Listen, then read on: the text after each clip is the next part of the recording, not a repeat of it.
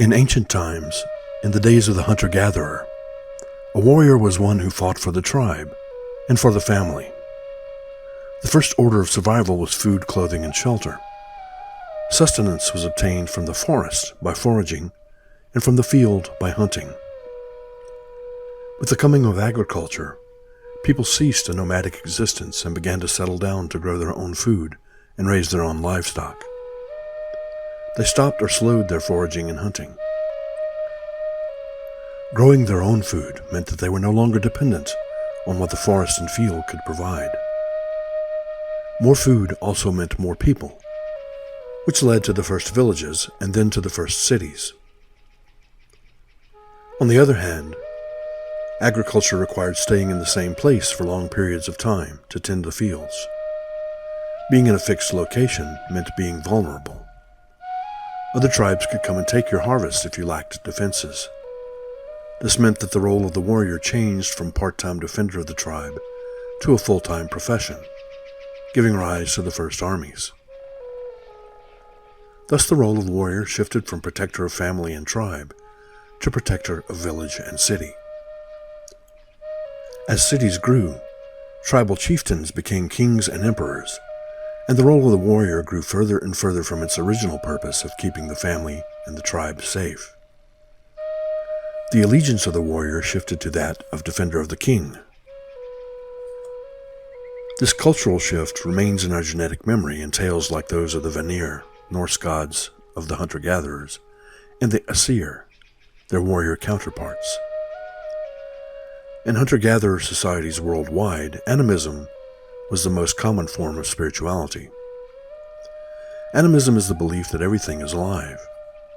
Everything possesses a spiritual essence. In animism, rocks, trees, plants, sacred places, weather, seasons, and sometimes even words contain life energy. It's a worldview that understands the basic unity of all things, and it's a natural result of living close to nature.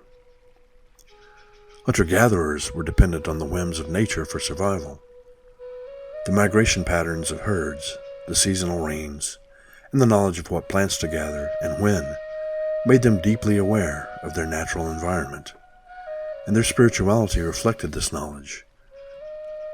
A spiritual warrior in such a society would understand the fundamental interconnectedness of all things, and would develop a warrior code based on this knowledge. Such a code is necessarily involved with the good of the whole tribe. As the city-states rose, and the role of the warrior moved from defender of the tribe to defender of the king, the warrior code also shifted. This warrior code emphasized tales of braveness, chivalry, and heroism. The warrior way became more about individual achievements for king and country than for the good of the tribe. In this way, warriors became soldiers. The essential difference between a warrior and a soldier can be summed up in this way. A soldier does what he's told, no matter what's right, and a warrior does what's right, no matter what he is told. So how is a warrior spiritual? The fundamental essence of spirituality is about connection. It could be connection to others, connection to nature, connection to self, or connection to the divine. So a spiritual warrior will be one who uses the skills of his craft to bring others closer together instead of driving them apart. Such a warrior fights to unite instead of fighting to divide.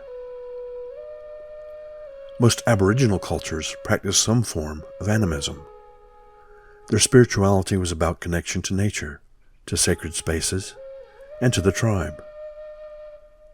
With the rise of Christianity across the world, animistic cultures were gradually usurped in favor of the dogmas of the church.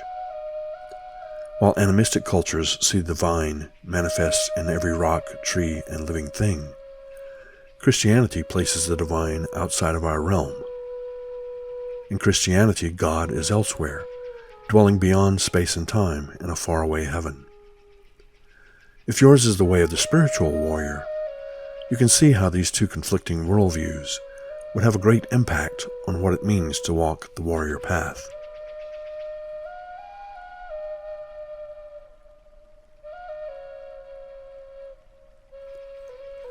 This brings us to mysticism and what it means to be a mystic. What is the nature of the divine? Is there a God? If so, wouldn't that God be beyond human understanding? If it weren't, how could it be a God? To a mystic, if God is unknowable, then the moment you make claims about God, you are no longer talking about God. From a certain point of view, mysticism isn't concerned about whether or not gods or divinity or the supernatural are real. What matters is the utility of the mystic experience. Is the experience itself real? Does the experience itself have anything to teach? If so, it's irrelevant whether or not the experience was caused by any sort of divine entity. This is the essence of mysticism. In contemporary times, our spirituality has abandoned us. For many of us spiritual seekers, the Christian path is empty because it lacks what mystics need in their lives: meaningful contact with the deeper mysteries of life. In today's world, the source has become more important than the teaching. For most, trying to find spiritual sustenance in the Abrahamic faiths is like trying to point out the moon to a dog. No matter how hard you point, the dog just stares at your finger.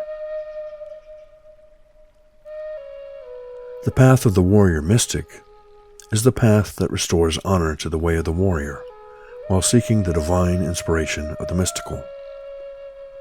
It's the way of the contemporary shaman. Although the Crusades and the Inquisition destroyed much of the European shamanic heritage, there are still tantalizing hints of what our ancestors believed. All across the world, we are now piecing together a new shamanism from the ashes of the old. When we are done, we will have recreated the path of the warrior mystic.